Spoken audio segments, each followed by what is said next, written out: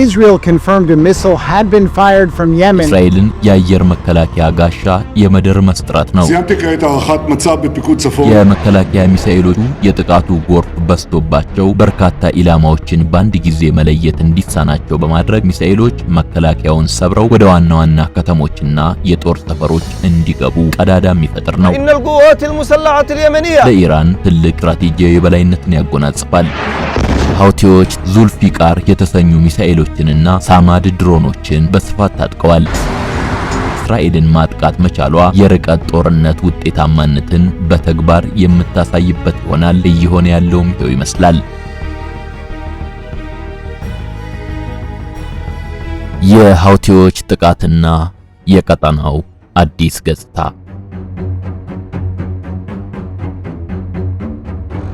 የዓለም አቀፉ ማህበረሰብ ትኩረቱን በቴህራንና ቴል አቪቭ መካከል በሚሰነዘሩ የቀጥታ ሚሳኤል ጥቃቶች ላይ አድርጎ ባለበት በዚህ ወቅት ከቀይ ባህር ዳርቻ የሚነሳው አዲስ ወታደራዊ ማዕበል የጦርነቱን መልክና ይዘት በድንገት ቀይሮታል። ለዓመታት በአገር ውስጥ ጦርነትና በሰብአዊ ቀውስ ስትታመስ የቆየችው የመን አሁን በሀውቲ አማጽያን አማካኝነት ራሷን በመካከለኛው ምስራቅ የኃይል ሚዛን ውስጥ ወሳኝ ተዋናይ አድርጋ ከስታለች።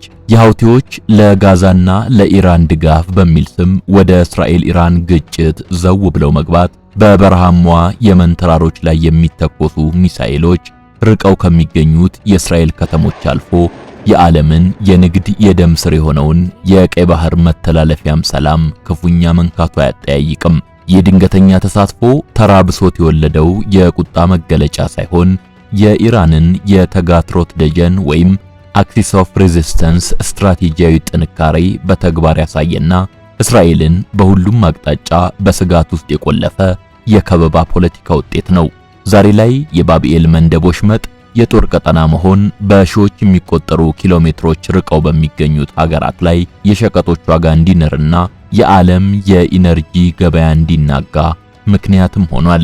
ሀውቲዎች ከየመን ሆነው የሚሰነዝሩት እያንዳንዱ ጥቃት ወታደራዊ ድልን ከመቀዳጀት ይልቅ በዓለም አቀፍ ፖለቲካ፣ ኢኮኖሚና ሰብአዊ ደህንነት ላይ የማይፋቅ አሻራ ለማሳረፍ የታለመ መሆኑም ግልጽ እየሆነ መጥቷል። የዛሬው የሳሎን ተረካችንም የሀውቲዎች ወደዚህ ታሪካዊ ጦርነት መግባት ያስከተለውን ወታደራዊ የብልጫ ሽኩቻ፣ በቀጠናው ጂኦፖለቲካ ላይ የፈጠረውን አዲስ አስተላለፍና በዓለም ኢኮኖሚ ላይ የደቀነውን ከባድ ስጋት በጥልቀት የሚመረምር ነው።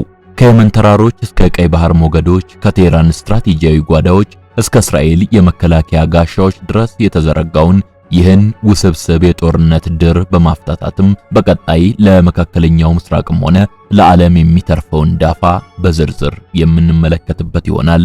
አብራችሁን ቆዩ።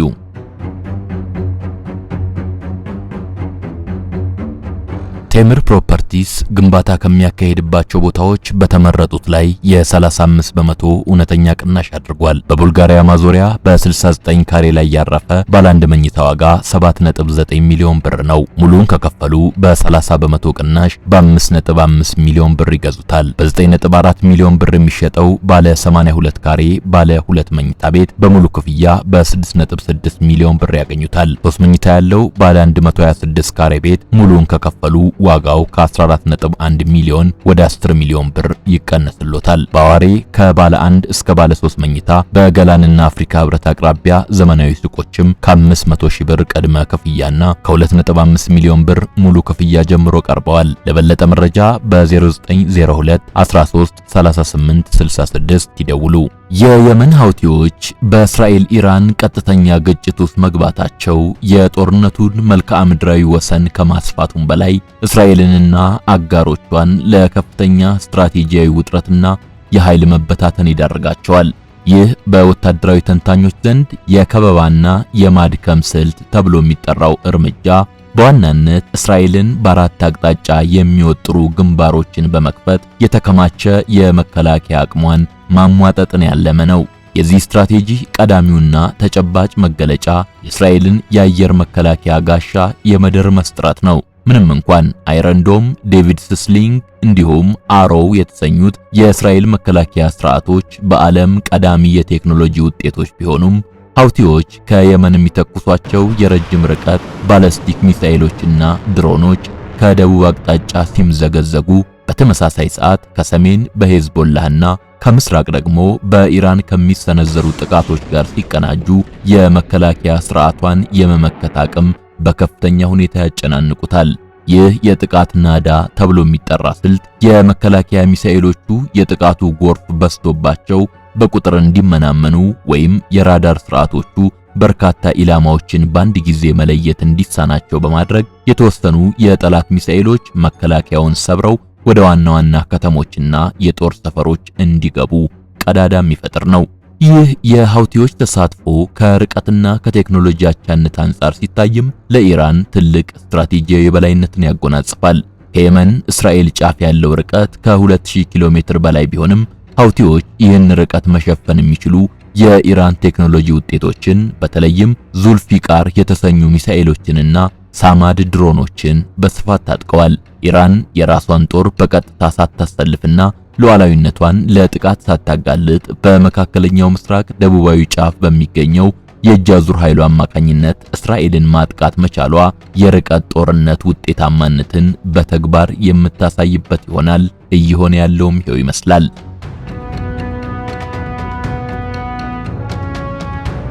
ይህም እስራኤል በሰሜን ከሂዝቦላህ ጋር የምታደርገውን የቅርብ ርቀት ውጊያ ትኩረት እንድትቀንስና በደቡብ ያለውን ሰፊ የባህር ክልል ለመጠበቅ ከፍተኛ ወታደራዊና የኢኮኖሚ ሀብት እንድታባክን ያስገድዳታል።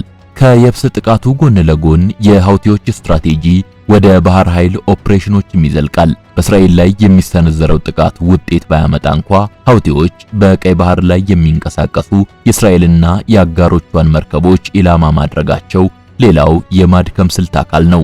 ይህም እስራኤልን ብቻ ሳይሆን የአሜሪካና የብሪታንያ የባህር ኃይል ክፍሎች በቀጠናው እንዲጠመዱ በማድረግ ከኢራን ቀጥተኛ ግንባር ላይ የሚኖራቸውን ወታደራዊ ትኩረት እንዲቀንሱ ያደርጋቸዋል። ይህ አይነቱ አዝማሚያ ጦርነቱ በቴክኖሎጂና በሰው ኃይል ብቻ ሳይሆን በገንዘብም ጭምር እስራኤልንና ምዕራባውያንን የሚያዳክም የረጅም ጊዜ የከበባው ፖለቲካ አካል መሆኑን ያሳያል። በተጨማሪም የሐውቲዎች የሚሳኤል ጥቃቶች ኢላትና መሰል የእስራኤል ደቡባዊ ከተሞች መድረሳቸው በህዝቡና በአመራሩ ላይ የሚፈጥረው የስነ ልቦና ጫናም ቀላል የሚባል አይደለም። ጦርነቱ በሁሉም አቅጣጫ መከበቡንና ከዚህ ቀደም አስተማማኝ ይባሉ የነበሩ ከተሞች አሁን ለጥቃት የተጋለጡ መሆናቸውን የሚያሳይ ስሜት በመፍጠር በእስራኤል መንግስት ላይ የፖለቲካ ውጥረት እንዲነክስና በጦርነቱ ቀጣይነት ላይ ህዝባዊ ጥርጣሬም እንዲፈጠር ያደርጋል።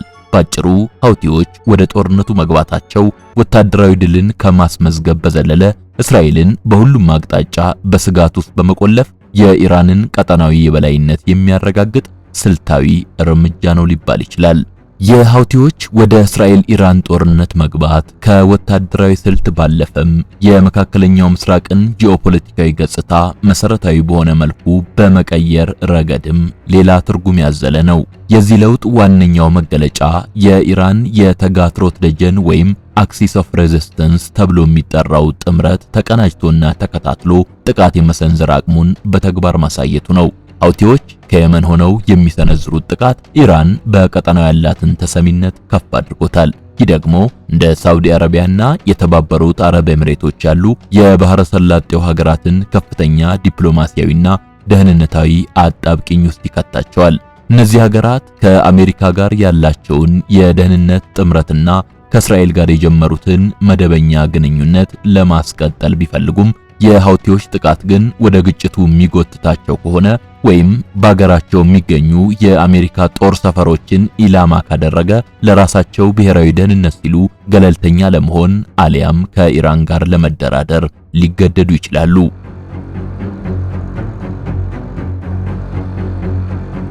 የዚህ ጂኦፖለቲካዊ ውጥረት ሌላኛውና እጅግ አሳሳቢው ገጽታ የቀይ ባህርና የባብኤል መንደብ ወሽመጥ የወደፊት ዕጣ ፈንታ ነው። ሐውቲዎች በዚህ ስትራቴጂያዊ የባህር መተላለፊያ ላይ ያላቸው ቁጥጥር ኢራን በዓለም አቀፍ የንግድ መስመር ላይ ማነቆ የመፍጠር አቅሟን በእጅጉ አጠናክሮላታል። በምስራቅ በኩል በሆርሙዝ ወሽመጥ፣ በደቡብ ምዕራብ በኩል ደግሞ በባብኤል መንደብ በኩል የሚደረገውን የነዳጅና የሸቀጥ ዝውውር በማወቅ ኢራን ምዕራባውያን ሀገራት በእርሷ ላይ የሚያደርጉትን ማዕቀብና ጫና ለመቀልበስ እንደ ትልቅ የድርድር መሳሪያ ትጠቀምበታለች። ይህ ደግሞ ጦርነቱን በእስራኤልና በኢራን መካከል ብቻ የተገደበ ከማድረግ ይልቅ መላውን ዓለም አቀፍ ማህበረሰብ በተለይም በአቅርቦት ሰንሰለት ላይ ጥገኛ የሆኑ የአውሮፓና የእስያ ሀገራትን በቀጥታ የሚነካ ዓለም አቀፋዊ ቀውስ እንዲሆን ያደርገዋል። በተጨማሪም የሃውቲዎች ተሳትፎ በየመን ውስጥ ለዓመታት ሲካሄድ የነበረውን የሰላም ሂደት አደጋ ላይ ይጥለዋል። ከዚህ ቀደም በሳዑዲ አረቢያና በሃውቲዎች መካከል ተጀምሮ የነበረው የተኩስ አቁም ስምምነትና የፖለቲካ ውይይት አሁን ሃውቲዎች ራሳቸውን እንደ ቀጠናዊ ተዋጊና የእስራኤል ቀንደኛ ጠላት አድርገው በመሳላቸው ምክንያት የመቀጠል ዕድሉ አነስተኛ ይሆናል። ይህ ሁኔታ ሳውዲ አረቢያን ዳግም ወደ የመን ጦርነት ሊመልሳት የሚችል ሲሆን ይህም ቀጠናው ወደማያልቅ የሁከት አዙሪት ውስጥ እንዲገባ ያደርገዋል። የሃውቲዎች ድፍረትና ወታደራዊ እንቅስቃሴ በሌሎች የቀጠናው ታጣቂ ኃይሎች ዘንድም የተሳካ ሞዴል ተደርጎ ሊወሰድ ስለሚችል የመንግስታት ተሰሚነት እየቀነሰና መደበኛ ያልሆኑ ታጣቂ ቡድኖች የቀጠናውን ፖለቲካ የሚወስኑበት አዲስና አደገኛ አዝማሚያ እንዲፈጠር በር ይከፍታል። በጥቅሉ የሃውቲዎች ወደ ጦርነቱ መግባት በሁለቱ ሀገራት መካከል ያለውን ጠብ ወደ ቀጠናዊ የበላይነት ሽኩቻ ቀይሮታል። ይህ ለውጥ እስራኤልን ብቻ ሳይሆን አሜሪካ በመካከለኛው ምስራቅ ያላትን ስትራቴጂያዊ ይዞታና የባህር ላይ ደህንነት ጥበቃ ሚናዋን በከፍተኛ ሁኔታ የሚፈትንም ይሆናል። ነገሩ ግን በዚህ ብቻ አያበቃም። የሃውቲዎች ወደ እስራኤል ኢራን ግጭት መግባት ያስከተለው ኢኮኖሚያዊ ውዝግብ ከቀጠናዊ ጉዳይነት አልፎ የዓለም አቀፍ ገበያን መሰረት የሚያናውጥ ክስተትም ነው።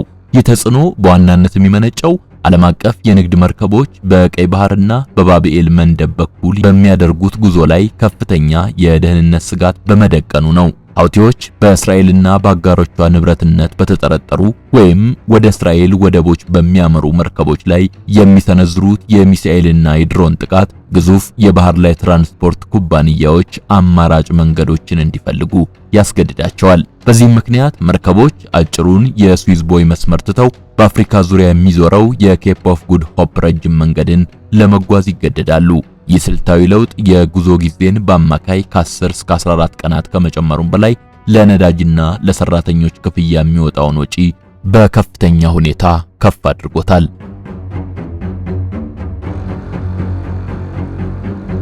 ይህ የትራንስፖርት መስተጓጎል በቀጥታ ወደ ዓለም አቀፍ የሸቀጦች ዋጋ መናር ያመራል።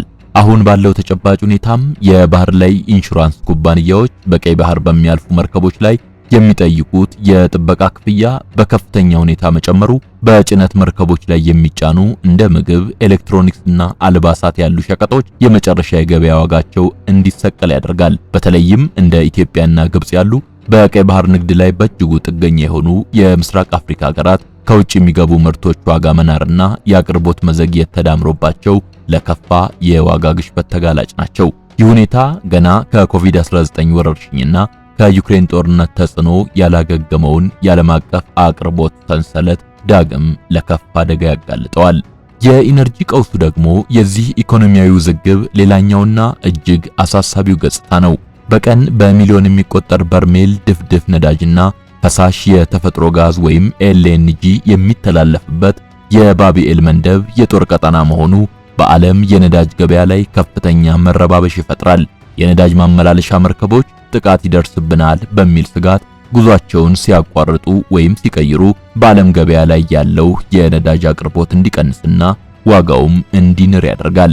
ይህ የነዳጅ ዋጋ መጨመር ደግሞ እንደ ትራንስፖርት፣ የኢንዱስትሪ ምርትና የኤሌክትሪክ ኃይል ወጪዎችን በመጨመር መላውን የዓለም ኢኮኖሚ የኑሮ ውድነት አዘቅት ውስጥ ይከቱታል። ሃውቲዎች በቀይ ባህር ላይ ያላቸውን ወታደራዊ አቅም እንደ ኢኮኖሚያዊ መሳሪያ መጠቀማቸው ኢራን ምዕራባውያን ሀገራት በሷ ላይ የሚያደርጉትን ጫና ለመቀልበስ የዓለምን የኢነርጂ ደህንነት እንደ መደራደሪያ ካርድ እንድትጠቀም እድል የሰጣት ይመስላል። ባጭሩ የሃውቲዎች ተሳትፎ የፈጠረው ኢኮኖሚያዊ ውዝግብ ጦርነቱ በሁለቱ ሀገራት መካከል ብቻ የተገደበ ሳይሆን እያንዳንዱን የዓለም ዜጋ ኪስ የሚነካ ዓለም አቀፋዊ የኢኮኖሚ ጦርነት መሆኑን አረጋግጧል። በቀይ ባህር የሚነሳው እያንዳንዱ የሚሳኤል ድምጽ በሩቅ ሀገራት ገበያዎች ውስጥ የሸቀጦች ዋጋ እንዲጨምርና የዓለም ኢኮኖሚ እድገት እንዲገታ የሚያደርግ አሉታዊ ኃይል ሆኗል። ያም ሆኖ የሐውቲዎች ወደ እስራኤል ኢራን ጦርነት መግባት ለዓመታት በጦርነትና በረሃብ ስትታመስ የቆየችውን የመንን ወደ ከፋና ወደማያልቅ የጨለማ አዘቅት ውስጥ ዳግም መክተቱም አይቀሬ ነው። ይህ ተሳትፎ ለሐውቲዎች ቀጠናዊ ርዕዮተ ዓለማዊ የበላይነትንና የኢራንን ድጋፍ ቢያስገኝም በተራው የመናዊ ዜጋ ሕይወት ላይ ግን ሊተካ የማይችል ከባድ መስዋዕትነትን ማስከፈሉ ግልጽ ነው። በቀይ ባህር ላይ የሚካሄደው ወታደራዊ እንቅስቃሴና የሚሰነዘሩት ጥቃቶች ወደ የመን ወደቦች የሚገቡ መሰረታዊ የሰብአዊ እርዳታዎችና የምግብ አቅርቦቶች እንዲቋረጡ ወይም በከፍተኛ ሁኔታ እንዲዘገዩ ምክንያት ይሆናል። የመን 80 በመቶ የምግብ ፍላጎቷን ከውጭ በማስገባት የምታሟላ ሀገር እንደመሆኗ የባህር ላይ ደህንነት መታወክ በሚሊዮን የሚቆጠሩ ሰዎችን ለረሃብና ለከፋ የተመጣጠነ የምግብ እጥረት ያጋልጣቸዋል። ይህ ሰብአዊ ቀውስ ከምግብ እጥረት ባለፈም በየመን ውስጥ ለዓመታት ሲካሄድ የነበረውንና መጠነኛ ተስፋ ፈንጥቆ የነበረውን የሰላም ሂደት ሙሉ በሙሉ ያቀዘቅዘዋል። በሳውዲ አረቢያና በሐውቲዎች መካከል ተጀምሮ የነበረው የተኩስ አቁም ስምምነትና የፖለቲካ ውይይት አሁን ሐውቲዎች ራሳቸውን እንደ ቀጠናዊ ተዋጊና የእስራኤል ቀንደኛ ጠላት አድርገው በመሳላቸው ምክንያት የመቀጠል ዕድሉ አነስተኛ ሆኗል። ይህ የዲፕሎማሲያዊ ጥረት መክሸፍ ደግሞ የሀገሪቱ መሰረተ ልማቶች ዳግም ለጥቃት እንዲጋለጡና የጤና ስርዓቱ ሙሉ በሙሉ እንዲፈርስ በር ይከፍታል። ሐውቲዎች ለቀጠናዊ ፖለቲካዊ ግባቸው ቅድሚያ በመስጠታቸው የሀገር ውስጥ የዜጎች ደህንነትና መሰረታዊ ፍላጎቶች ለድርድር የቀረቡ መሳሪያዎች ሆነዋል።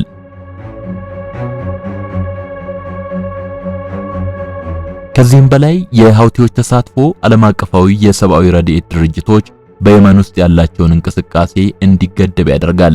የቀይ ባህር የጦር ቀጠና መሆንና የአየር ድብደባዎች መመለስ የእርዳታ ሰራተኞች በነጻነት እንዳይንቀሳቀሱና አስፈላጊው መድኃኒትና አልሚ ምግብ ለሕፃናትና ለእናቶች እንዳይደርስ እንቅፋት ይሆናል። ይህ ሁኔታ የመንን ከዓለም አቀፍ ትኩረት አውጥቶ ወደማይታወቅ የጦርነት አዙሪት ውስጥ የሚከታት ሲሆን ሰላም ርቋቸው ለኖሩ የመናውያን ሌላ አዲስና መራራ የመከራ ምዕራፍ ይሆንባቸዋል። ጦርነቱ በኢራንና በእስራኤል መካከል እንደመሆኑ መጠን የመን በዚህ የሃያላን ሽኩቻ መካከል የጦር ሜዳና የንጹሃን ደም መፍሰሻ መድረክ መሆኗም የዘመናችን ትልቁ የሞራል ቀውስ ሆኖ ይቀጥላል የሚለው የበርካታ የነገሩ ቅርብ ታዛቢዎች አስተያየት ነው። ባጭሩ የሐውቲዎች ወደ ጦርነቱ መግባት በወታደራዊ ካርታው ላይ ለውጥ ቢያመጣም በየመን ምድር ላይ ግን የሚመጣው ጥፋትና ሰብአዊ ውድመት ሊለካ የማይችል ነው። የዛሬው የተረክ መሰናዷችንን ለማጠቃለል የየመን ሐውቲዎች በእስራኤልና በኢራን መካከል እየተካሄደ ባለው ቀጥተኛ ፍልሚያ ውስጥ በንቃት መሳተፋቸው መካከለኛው ምስራቅ ወደማይታወቅና እጅግ አደገኛ ወደሆነ አዲስ ምዕራፍ መሸጋገሩን የሚያውጅ ነው። ይህ ተሳትፎ ለየመን አማጽያን ተራ ወታደራዊ ድጋፍ ሳይሆን የኢራንን ቀጠናዊ የእጅ አዙር ኃይሎች መረብ ጥንካሬን በተግባር ያሳየና የኃይል ሚዛኑን የለወጠ ክስተት ነው። ሐውቲዎች ከቀይ ባህር ዳርቻ የሚሰነዝሩት ጥቃት እስራኤልን በወታደራዊና በስነ ልቦናዊ ረገድ እንድትወጠር ከማድረጉም ባለፈ ዓለም አቀፉ ማህበረሰብ በባብኤል መንደብ በኩል የሚደረገውን የንግድ ፍሰት ለማስቀጠል ከፍተኛ ዋጋ እንዲከፍል ያስገድደዋል። ይህ ሁኔታ ጦርነቱ በሁለት ሀገራት መካከል ያለ ጠብ ብቻ ሳይሆን ዓለም አቀፍ መልክዓ ምድራዊ ፖለቲካንና የኢኮኖሚ ደህንነትን የሚፈትን ሉላዊ ቀውስ መሆኑን በግልጽ ያሳያል። ወደፊት በምናየው ሂደትም የሐውቲዎች ድፍረትና የቴክኖሎጂ አቅም ማደግ በሌሎች የቀጠናው ታጣቂ ቡድኖች ዘንድ እንደ ስኬታማ የአጸፋ ሞዴል ተወስዶ ቀጠናዊ አለመረጋጋትንም ሊያባብስ ይችላል። ይህም በሳውዲ አረቢያና በሐውቲዎች መካከል ተጀምሮ የነበረውን የሰላም ተስፋ ከማጨለሙም በላይ የቀይ ባህርን ደህንነት ለማስጠበቅ የሚደረገው ጥረት ከወታደራዊ ኃይል ይልቅ ጥልቅ ዲፕሎማሲያዊ መፍትሄዎችን እንደሚሻ ይጠቁማል። ሆኖም ግን ሐውቲዎች ራሳቸውን እንደ ዓለም አቀፍ ተዋናይ በቆጠሩበትና ኢራን ይህን ካርድ በድርድር ጠረጴዛ ላይ እንደ መሳሪያ በያዘችበት ሁኔታ ለቀጠናዊ ዘላቂ ሰላም ማምጣት ከባድ ፈተና ሆኖ መቀጠሉ ግልጽ ነው። በአጠቃላይ የቀይ ባህር ማዕበል ገና እየተጋጋለ እንጂ እየረገበ አይደለም። የዓለም ሀያላን ሀገራትና የቀጠናው መንግስታት ይህን አደገኛ ዙሪት ለመግታት ወጥ የሆነ ስትራቴጂ ካልቀረጹ የጦርነቱ ጠባሳ ከቴል አቪቭ እስከ ሰንዓ ከነዳጅ ገበያ እስከ ድሃው ጎጆ ዘልቆ መግባቱ አይቀሬ ነው። የመካከለኛው ምስራቅ የወደፊት ዕጣ ፈንታ አሁን ላይ በወታደራዊ ብልጫ ብቻ ሳይሆን በቀይ ባህር ሞገዶችና በየመን ተራሮች በሚወሰኑ ጂኦፖለቲካዊ ውሳኔዎችም ላይ የተንጠለጠለ ሆኗል። አበቃን።